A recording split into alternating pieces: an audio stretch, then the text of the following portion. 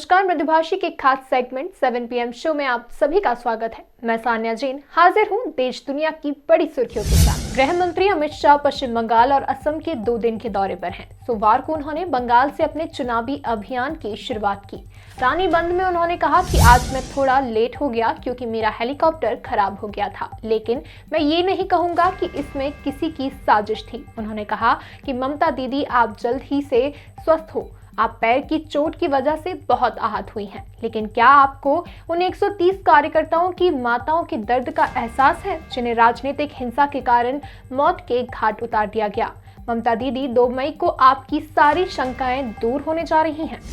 बंगाल की सत्ता पाने के लिए ममता बनर्जी खुलकर इमोशनल कार्ड खेल रही हैं। नंदीग्राम में चोटिल होने के बाद रविवार को उन्होंने पहली बार कोलकाता में रोड शो किया था।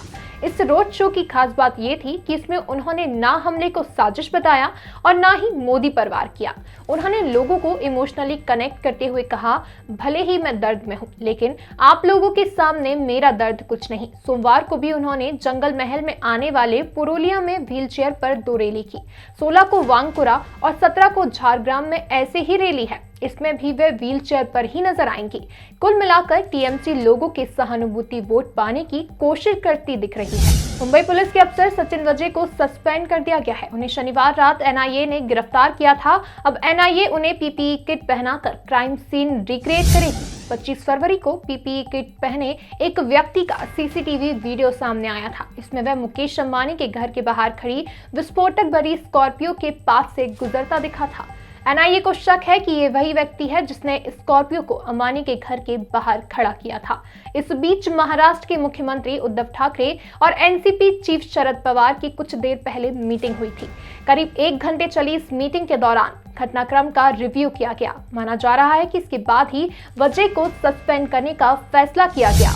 महाराष्ट्र में कोरोना की रफ्तार सबसे ज्यादा चिंता बढ़ा रही है। रविवार को राज्य में 16,620 लोग पॉजिटिव पाए गए। ये संख्या 162 दिन के बाद सबसे ज्यादा है। इससे पहले 30 सितंबर को 18,317 नए संक्रमित मरीज मिले थे। बीते 1 महीने में यहाँ 2.5 लाख मरीज बढ़े हैं। 14 फरवरी तक यहाँ 20,64,000 लोग संक्रमित हो चुके थे, जबकि 14 मार्च को यह आंकड़ा 23,14,000 पर पहुंच गया है। इसमें से 94,686 सिर्फ 7 दिन में ही पॉजिटिव पाए गए हैं। देश में बीते 24 घंटे में 26,513 लोग पॉजिटिव पाए गए। 17,590 ठीक हो गए, जबकि 120 लोगों की मौत हो गई। अब तक कुल 1,13,85,000 लोग इस महामारी की चपेट में आ चुके हैं। राजस्थान में पिछले 7 जुलाई में सचिन पायलट खेमे की बगावत के समय फोन टैप करने की बात सरकार ने मान ली है। सरकार ने विधानसभा में पूछे गए सवाल के जवाब में कहा है कि सक्षम स्तर से मंजूरी लेकर फोन टैप किए जाते हैं। नवंबर 2020 तक फोन टैप के सभी मामलों की मुख्य सचिव स्तर पर समीक्षा भी की जा चुकी है। भाजपा विधायक कालीचरण सराफ के अगस्त में पूछे गए सवाल का गृह विभाग ने अब जवाब दिया है। सवाल का जवाब राजस्थान विधानसभा की वेबसाइट पर तो डाल दिया, लेकिन विधायक के पास लिखित रूप में नहीं पहुंचा है। टीम इंडिया के प्रमुख तेज गेंदबाज जसप्रीत बुमराह रविवार को टीवी एंकर संजना गणेशन के साथ शादी के बंधन में बन गए। बुमराह ने अपने सोशल मीडिया अकाउंट पर शादी की फोटो शेयर की। बुमराह और संजना ने गोवा में गिने चुने लोगों की मौजूदगी में शादी की। बुमराह ने निजी कारणों के चलते इंग्लैंड के खिलाफ चौथे टेस्ट से हटने के लिए भारतीय क्रिकेट कंट्रोल बोर्ड बीसीसीआई से इजाजत मांगी, जिसे बोर्ड ने स्वीकार कर लिया था।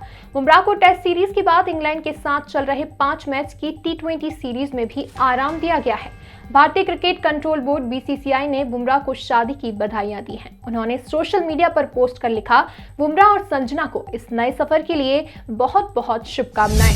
हवाई सफर करने वालों के लिए एक बेहद अच्छी खबर है। नागरिक विमानन मंत्रालय ने क्षेत्रीय हवाई संपर्क बढ़ाने के लिए उड़ान योजना के तहत करीब 392 मार्गों से संबंधित बोलियां आमंत्रित की हैं। इसका मकसद घरेलू हवाई संपर्क में सुधार और विमान यात्रा को किफायती बनाना है। नई बोली प्रक्रिया 6 सप्ताह में पूरी होने की उम्मीद है।